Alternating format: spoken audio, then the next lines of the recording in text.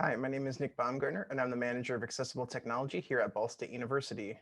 Today, we're going to look at some of the in-house accessibility features on macOS. So let's jump right in.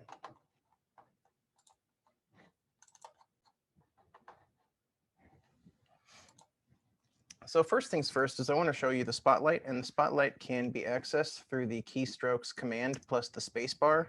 That's going to open up a text line right here that you can search for whatever program you'd like to open. If you'd like to open a Finder menu, this is a great quick way for quick access that you don't need to use a mouse or to search through a list of applications or anything. Just command spacebar, Finder, and then there it is. Or let's say if you want to get into Safari, command space, Safari, and well, I already have a Safari window open. Let's do Chrome, command space, Chrome, and it's opening up right now. Here it is. So you can see that that's a big time saver because I didn't have to go into Finder. I didn't really have to do anything too fancy to make it work. So what we're going to look for is we're going to look for System Preferences. And this is also available through the Apple menu up here. But I always prefer using the Spotlight because it's quicker than actually clicking. So here we are in System Preferences. First, I'd like to show you all some of the generic features that we have in the Mac. That's good for quality of life for people with and without disabilities. So the first thing we're going to do is we're going to go to this General. And you're going to be able to choose a color theme. So we have light, dark, and auto. So you can see that the light theme is something you're used to, and then dark mode is something that you're probably used to within the past few years as it's gained a lot of popularity. This used to be an accessibility feature called high contrast mode or sometimes inverted colors mode, but they've made it a little bit more mainstream with a little bit better quality of color change and ultimately made a better product for people that just don't like looking at bright screens all the time, as well as people who need to use it for a disability related need. So anyways, if you want dark mode, I highly recommend dark mode. That's in general. You can also change the size of your sliders, and I'll show you what a slider looks like in a minute. I have mine set to large. Also, if you want an easier time seeing things that are highlighted, you could choose, like I would recommend choosing something like orange or yellow because it's very bright. Like that, but I'm going to go back to standard. So those are in the general. Also here in dock, I'd like to show a couple of options that you can change. So here, this is an example of a slider, and you can see that mine's very large, so it's easy to grab and click. So you can do two things. You can change the size of the dock, and you can change the magnification of the dock. The size of the dock right now, my dock's extremely small, but I'm going to go ahead and let's make it really big, and let's make it small, big. So you see what's happening. It just changes the size. And then the magnification changes the level of which it is accentuated when you mouse over it. So you can see right now the magnification level is very high and it gets very big when you mouse over it. Let's make that go away. And you can basically make that completely go away if that's something that's bothering or distracting to you. So some people like to have big icons with big magnification. Some people prefer slightly smaller icons. So then there's a bigger difference in size between the icon that they're looking for and the ones to the next of it. Let's say, for example, a person with a visual impairment knows that their Safari icon is going to be on the left side of their dock. They don't need to search through a bunch of icons. They just need to look for this compass icon to know that that's Safari, and you click it, and then you're good to go. So you can facilitate that through the dock menu. So now that we've looked at a couple of generalized features, let's go into the actual accessibility suite. So here it is right here, and you can identify the accessibility on really any computer system nowadays by seeing the blue circle with the man with his hands kind of extended. This is more or less a universal accessibility logo. So let's go ahead and get into this. And let's go ahead and look through each of these components. We'll tell you a little bit about what disability it helps and some ways that it can be used. So VoiceOver is for the blind and low vision. It can also be used for people that aren't text readers for whatever reason. And this will read any editable text on the screen. Sometimes this is called a screen reader. And we're going to turn it on and we're going to actually use it a little bit. So what we're going to do is we're going to go ahead and let's get into Canvas. Okay, there we go. And we're going to go back and we're going to turn on VoiceOver. And you can do this actually just Command F5. Welcome to VoiceOver. VoiceOver speaks descriptions of items. Okay, we're going to use VoiceOver. Safari, dashboard, window, dashboard, web content as keyboard focus, account, button, global navigation, region. You are currently on a button. To click this button, press Control, Option, Space, Account, button. Okay, so now that we have this on, you're going to see that it's starting to read elements on the screen that it recognizes, mainly the elements on the Canvas page. So a couple of quick ways that people jump around the screen using a screen reader. Remember, this is meant to be used by completely blind people who do not have their eyes to orient themselves as to what's happening on the screen. So we can use, number one is the tab key that takes you to the next interactive item, usually a link or maybe like a text edit box, but something you can interact with. Courses, button, history, So button. you can see that they're Expand going down global the navigation, side. button, banner, dashboard options. We're going Menu, tab, tab, choose tab. a color or course nickname or move course card for And community. then we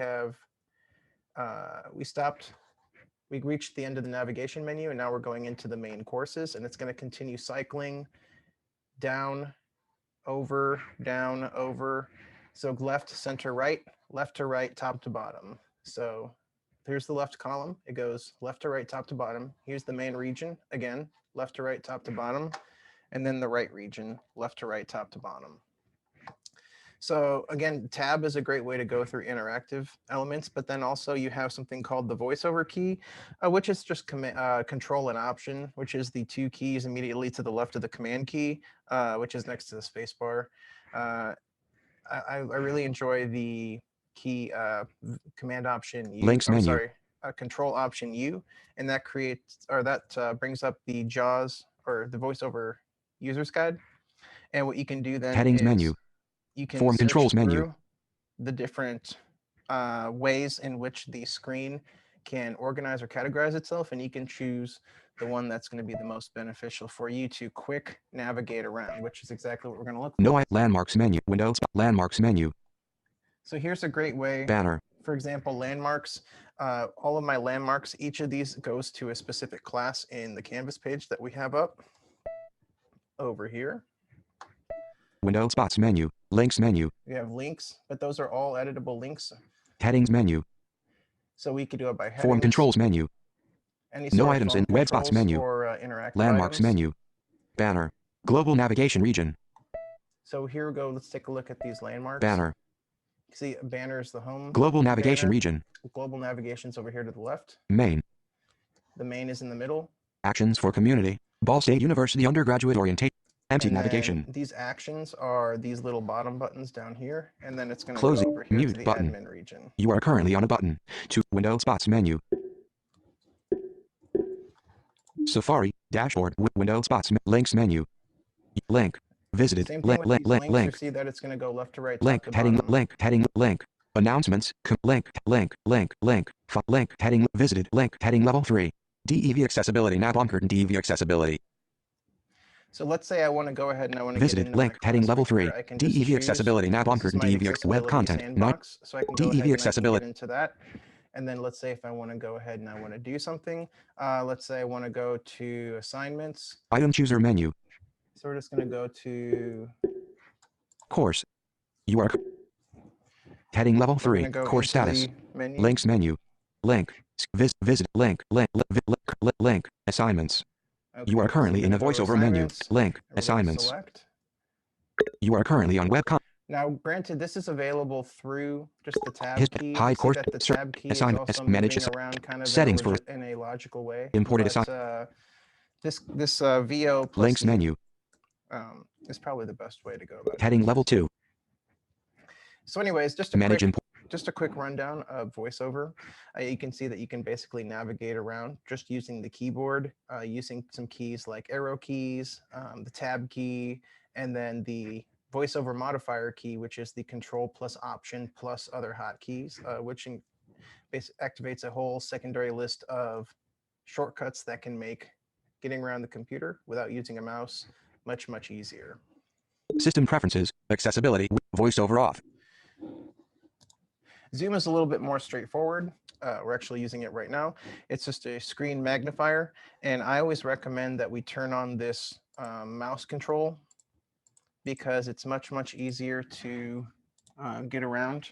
And if let's say if you need to look at a full screen and then zoom in on a specific item, it's always just easiest to be able to control your magnification level through the control key, which is 1, 2, 3 keys over from the space bar on the bottom left of the keyboard, and then your middle mouse wheel. So I'm going to zoom out. I'm zooming in. You can see that you can zoom in very, very, very, very more or less unusably far. Like if you're zooming in probably at this extent, but maybe even more so than this extent, you don't have a very big field, so you're not going to be able to read or interpret information very fast. That's almost too big for usability. But at any rate, this is great if you want to zoom in, even non-disabled people. If you want to zoom in on something specific, let's say if you're working in an art program or something like that, you want to make sure that you're catching the little areas. You can definitely utilize this to your benefit. So let's look at this. We have some options here in display. Here we have the invert colors option, and this is going to be slightly different from the, oops. This is slightly different from the dark mode. Some people don't like dark mode, but prefer the older style. Let's go back and turn this back to light mode, accessibility, and then we're going to invert the colors. Like I said, this is more of a old way of increasing contrast on a computer. Again, by making a background dark and text light, it makes it easier to read. It's also less bright. So for people with eye fatigue and strain, they're going to have a much easier time interacting with this layout of text as opposed to the opposite color contrast. So, that being said, this could be slightly outdated because I really like Mac's dark mode. I'm not so sure it replaces it, but it certainly contends to do so. So spoken content's really nice because it will basically tell you what you're typing. So let's say if we're going to follow the typing focus, let's go ahead. I have a notes open here.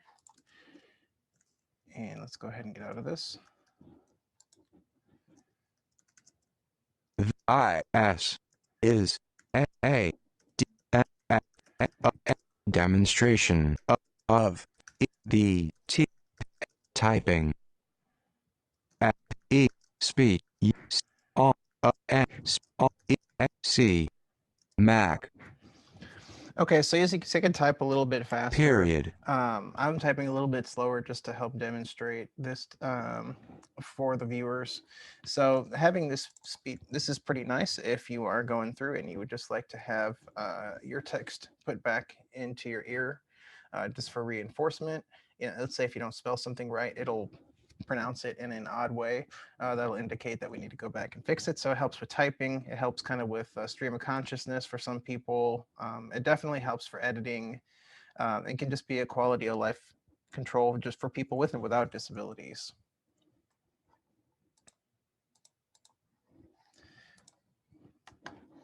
And then you have some other speech options. Let's, for example, announcements. If you get one of the, on the top right of your Mac, you get some of the announcements. It'll just read them out to you.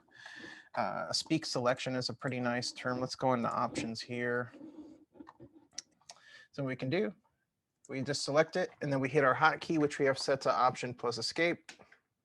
President Biden's nominee for Labor Secretary, Boston Mayor Marty Walsh, is facing criticism over his city's record on awarding contracts to Black and Latino-owned firms. 3 community groups last month filed a federal complaint against the city of Boston. Okay, so we're just going to stop that. So here you go. You have all the tools down here, which is pretty nice. So you can also make this go faster because I know you're reading it a little bit slow. Let's go ahead and turn this up to 200% because you can see just how fast. I know that what we just listened to may not seem super time effective, but here, let's try reading it at 200%.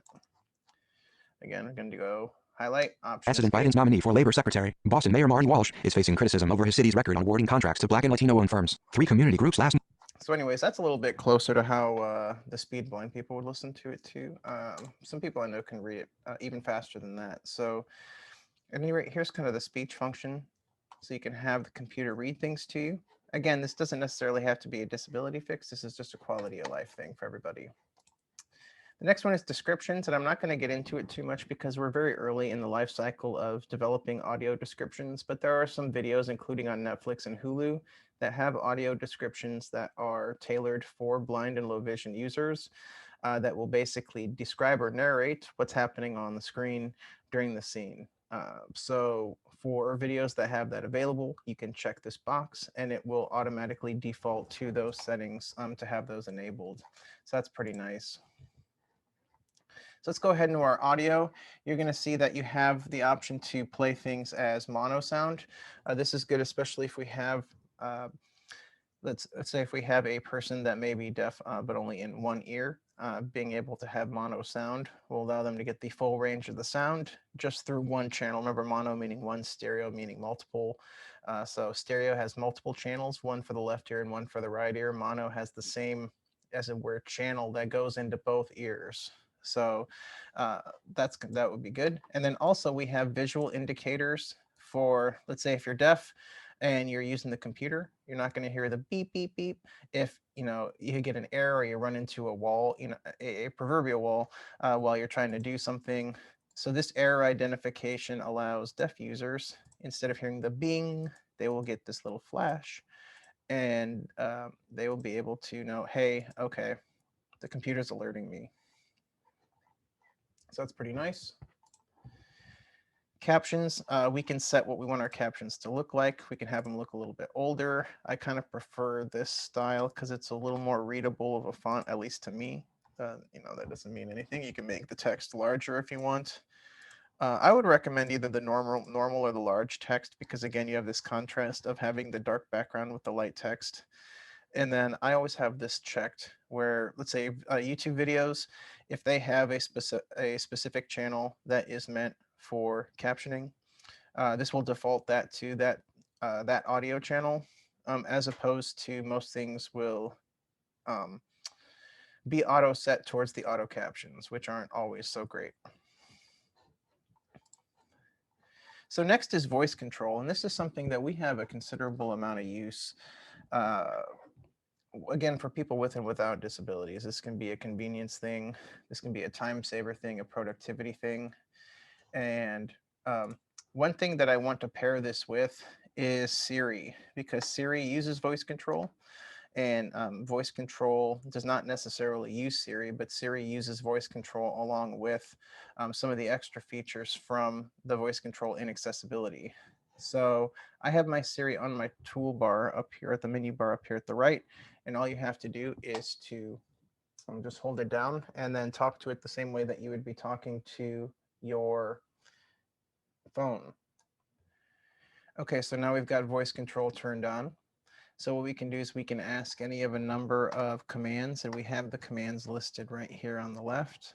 You can open Siri, you can open application name, quit, hide, quit application, hide application, all of these different features about, finding, showing, hiding, open voice control preferences. You can go to sleep. See, it recognized that I said one of the commands.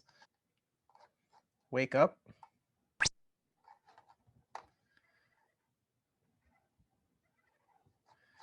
Now we could do some things like open Microsoft Word. Open Microsoft Word. So you can single click, double click,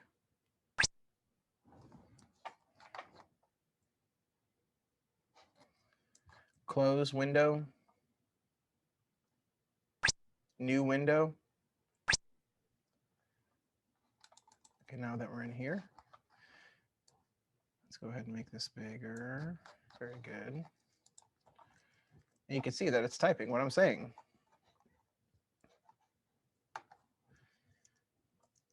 If you have a term paper, but you don't type very fast, comma, this could be a potential solution for you.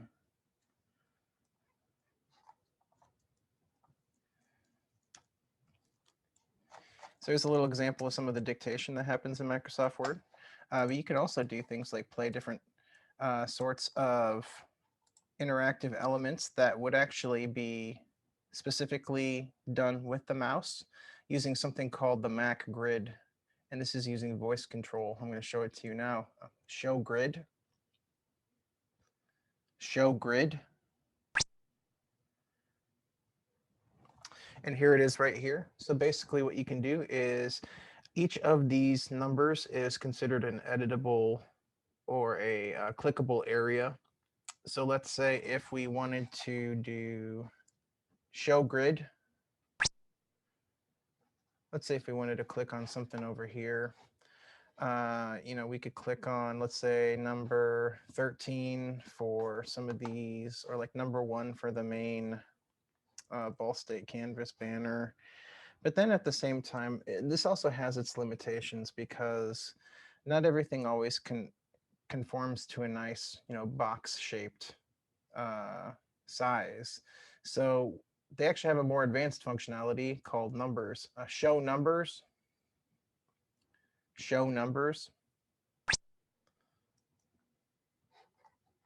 Show numbers. So you can see that all of our clickable items, if they went away, show numbers. Now all of our items on the screen have a corresponding number that they're associated with that you could then click to interact with. So let's say we wanted to click on, something up here, show numbers, show numbers.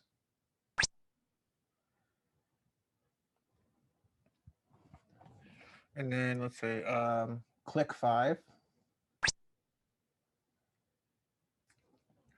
And then let's say we wanted to, well, let's just say we want to save this as a bookmark. Okay, well, obviously you can hit Command D. That's probably the easiest way to save something as a bookmark. But let's just say that we want to do something from here.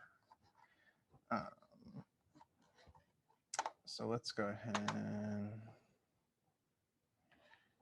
let's just say we want to save or open a new window. Let's see, Canvas or Safari, bookmarks. Here we go, bookmarks. And then show bookmarks. Okay, so we want this to happen. This is a Control D. We're going to use this just using voice control. Okay, so we're going to make sure that we're in Safari. Show numbers. Click 7. Click 4.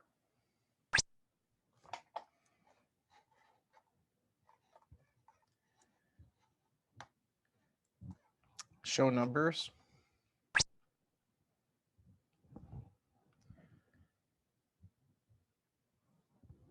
Select 21. Next field.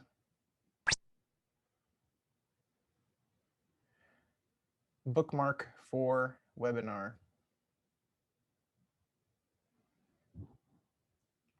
Show numbers. Click 23. And just like that, we now have in our bookmarks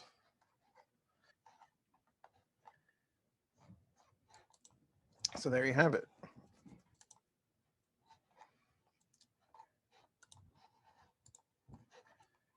So we have our voice control. Here's our keyboard. So we're back in our keyboard settings in accessibility. There's 2 features here that are available. One's called sticky keys and one called slow keys. I would recommend both of these for people who have either fine or gross motor issues. This could be people with neurological issues, anything from cerebral palsy to any sort of other neuromotor related disability that can affect fine or gross motor movement. So sticky keys allows a person, let's say if they're typing one-handed or with a stylus, they would be able to have the modifier keys stick. So let's say if you need to do something, you need to capitalize your letter S for a sentence, instead of hitting Shift plus S, you can hit Shift, let it go. Sticky keys will be activated and the Shift will stay stuck, as it were, until you hit the next key, which is the S, so that you can you can hit capital S with 2 separate and non-simultaneous keystrokes. Along the same lines is slow keys, and slow keys is specifically meant for people.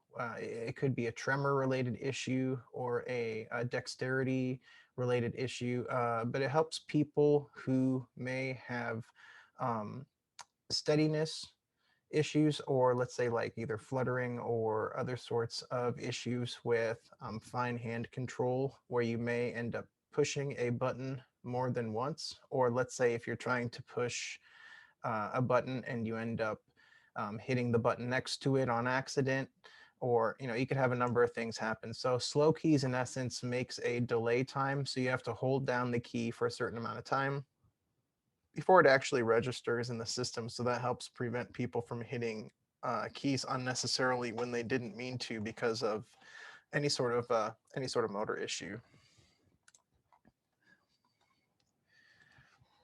So pointer control is pretty straightforward. You can make your pointer big, you can make it small, you can change your double click speed, especially making it slower. If you're not double clicking fast enough to actually start a program, you can take care of that. Now, one option here that you may not have heard of before is this called the spring loading delay. And the idea of spring loading has to do with folders. So I'm going to go ahead and have a folder here, and I have a picture right here. The spring load just means that when you mouse over a folder with an item, it'll pop it up, and then there it is. That's called spring loading. So how fast do they want that to happen? If you don't want to wait all day to have your folder pop up, you can put that to very short, right? So let's do it again. Boom, it's already up. Like the boom, just within a second. Whereas if we do it all the way around and have it be very long, let's get out of this, let's do this. 1, 2, almost 3 seconds of a delay. So it can go from very short to very long, but at any rate, that's a pretty neat feature, so disability or not. We're not going to get too much into switches today, but understand that the Mac has the ability to be ran off of devices other than a keyboard and a mouse. As a matter of fact, you have the ability to plug in alternative devices or peripherals called switches. A lot of times these are like floor pedals that can be used by a wheelchair user, or even like a other sorts of alternate mice or keyboards in place of the standard peripherals. So you can just basically just plug them in, and you can configure them through this menu right here. The switch along with the voice control is really nice. One specific thing that we were kind of testing out is the ability to even operate using, let's say, like a gamepad, like a USB controller, whereas you can bind the mouse to the directional joystick on the left side of the controller, and you say you can make, right click A, left click B, middle mouse wheel X, and you can bind a couple other main control keys to some of your other controller buttons. And yeah, you could have especially with voice control activated, voice control and a gamepad controller, you could have some very robust functionality of your Mac using just those two tools. So last but not least are these bottom two. Siri, we talked about the type to Siri. This is specifically good for either nonverbal or deaf people. You can go in, and instead of saying, Siri, do this, you would go in and you would type something to Siri, and then Siri would do this. I'm going to go ahead and turn that off. And then there are other shortcuts that are available that open up all of these programs. For example, like, hitting Shift 5 times, or for VoiceOver, this Command F5. If you'd like, you can Google what these command lists are. But we can quickly access and open up a lot of our accessibility programs just from the blank startup home screen on the Mac. You don't need to navigate through a bunch of menus to get your accessibility features turned on, which is great, because if you need to use accessibility features, you already have a hard time maybe navigating the computer or some of its elements. So you don't want to have to work very hard to try and get to the accessibility features so you can use it. So Macs are super nice because you can just, if you use VoiceOver, you just log on, Command F5, VoiceOver's on, and you're ready to roll. So that's the quick tour through our accessibility suite on macOS. Like we said, the ACT Lab offers full range of consultation and services to help facilitate the use of macOS and the Apple products for students with and without disabilities. If anybody is interested in learning more about Mac accessibility, feel free to reach out to the ACT Lab. Our email is actlab@bsu.edu, and our phone number is 765 285-8275, and we're located in Robber Bell, room 168. So I appreciate you taking a few minutes to learn about macOS accessibility with me.